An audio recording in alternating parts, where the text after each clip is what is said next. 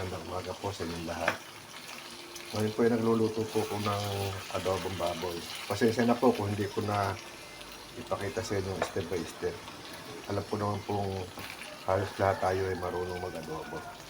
Ang ginawa ko po dito, nilagyan ko po ng konting tubig, pampalambot po sa baboy. Sinabi ko na po yung toyo, suka, maraming bawang, paminta, laurel, oyster sauce, saka po konting betchin. Tapos po nung ano na po, malambot na, nawala na po yung pinaka tubig niya. Mamaya po lalagyan ko po ng konting mantika. At saka po konting pantoyo para lalong sumarap. Ito po. Ito may laurel po. Hindi po ako naglalagay ng anghang kasi po may apo ko.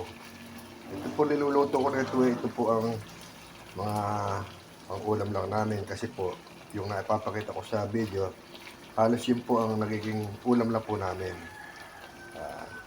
O sige po, maraming salamat at sana po paki-follow nyo na lang yung aking simpleng pagbibideo, paki-like at kung ubra po, paki-share na rin po. Maraming salamat po sa inyong walang sawang pagtangkilik sa aking mga simpleng lutong bahay na pagbibideo. God bless. Love you all.